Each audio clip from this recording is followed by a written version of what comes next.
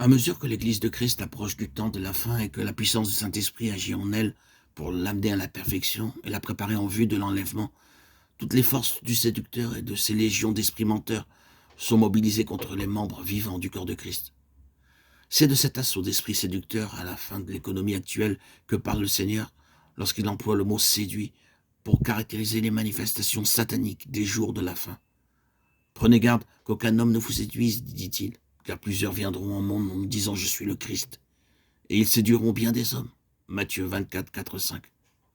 Et plusieurs faux prophètes surgiront qui séduiront un grand nombre de gens. Matthieu 24, 11. Car il surgira de faux Christ et de faux prophètes, faisant de grands signes et prodiges afin de séduire, si possible, même les élus. Matthieu 24, 24. Ces citations, ces versets nous enseignent qu'il ressort que la séduction annoncée est du domaine spirituel. À la fin de l'économie, les fidèles attendent la venue du Seigneur. Ils sont attentifs, intéressés à tout ce qui se passe dans le domaine surnaturel.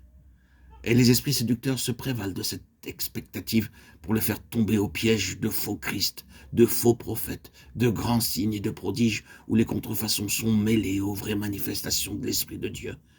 Le Seigneur dit que les hommes seront séduits concernant le Christ et sa parousie, concernant les prophéties, concernant les preuves qui y seront données, les signes qui accompagneront l'enseignement des faux prophètes,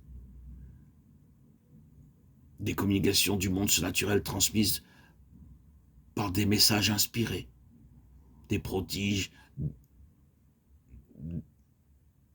d'apparence divine. Et par conséquent, contrefaçon si exacte de l'action de Dieu qu'il sera impossible de distinguer le vrai du faux, même à ceux que Jésus désigne comme les élus. Ceux-ci devront donc avoir, pour se prononcer entre l'un et l'autre, quelques critériums autres que les apparences.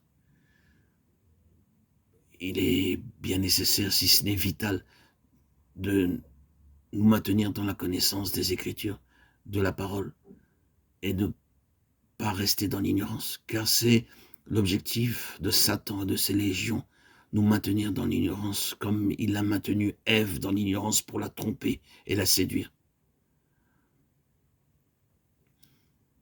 Il est clair que tout enfant de Dieu doit connaître la parole, s'en saisir, s'en nourrir, car c'est par excellence l'arme, l'épée, qui triomphera et qui fera tomber Satan et toutes ses légions.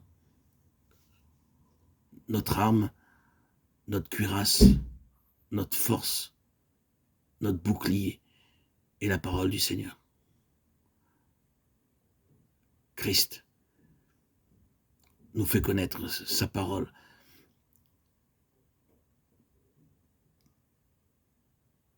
Restons fidèles à l'Écriture, restons fidèles à la parole. Lisons-la régulièrement. S'attacher à la parole, c'est s'attacher à Dieu.